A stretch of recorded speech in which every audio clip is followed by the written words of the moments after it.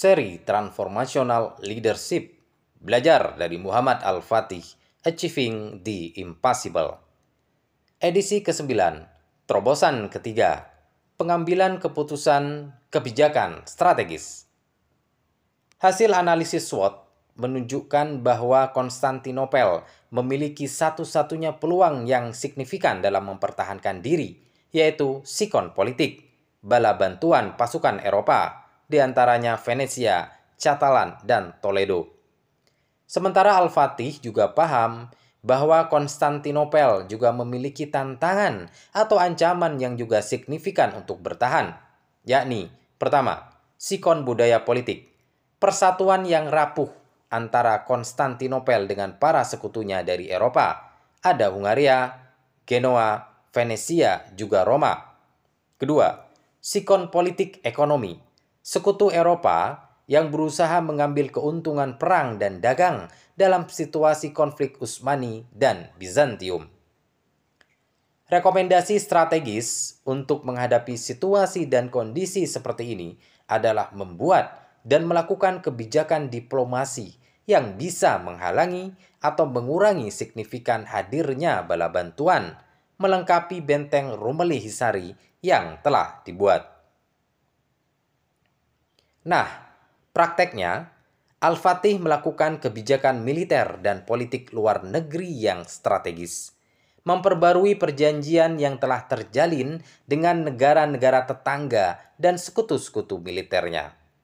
Pengaturan ulang perjanjian tersebut bertujuan untuk menghilangkan pengaruh kerajaan Bizantium di wilayah-wilayah tetangga Utsmani, baik secara politis maupun militer.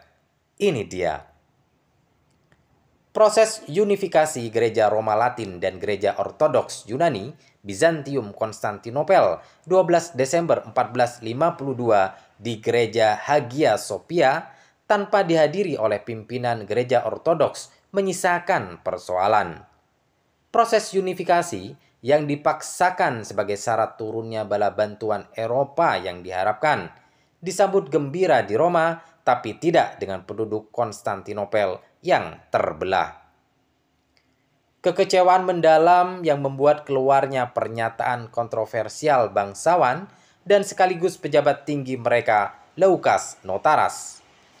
Surban Sultan Al-Fatih di kota ini, Konstantinopel, jauh lebih baik dari topi kardinal.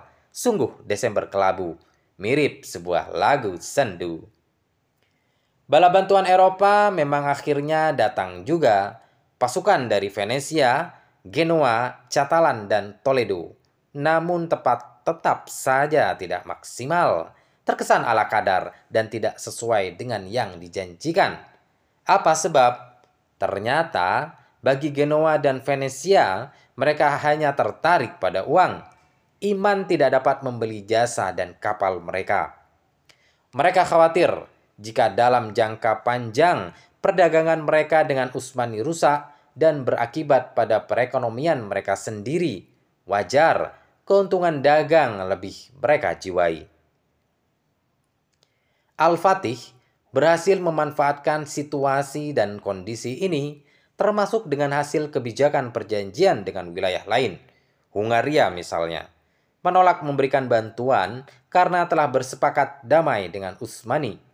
Bahkan Supergan, rudal terbesar masa itu, yang menggedor tembok benteng adalah buatan Orban, insinyur ahli dari Hungaria. Optimalisasi dua benteng Rumeli Hisari dan Anadolu Hisari juga efektif berfungsi sebagai pengawasan, pengaman, dan bahkan penyerangan.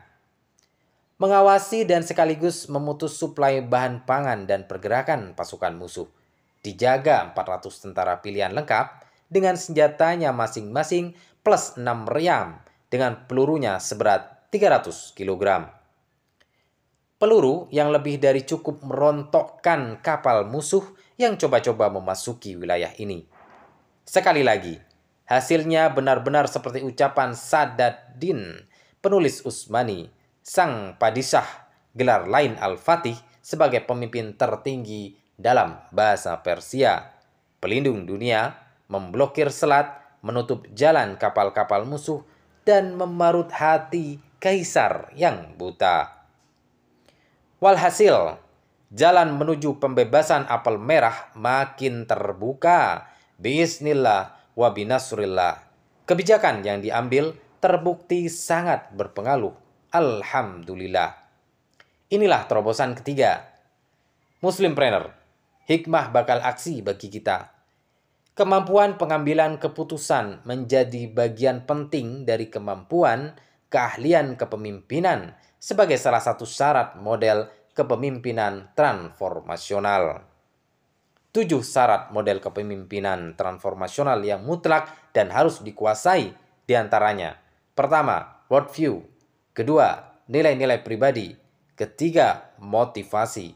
Keempat, dimilikinya pengetahuan mengenai industri dan organisasi. Kelima, dimilikinya relasi yang kuat dalam industri dan organisasi.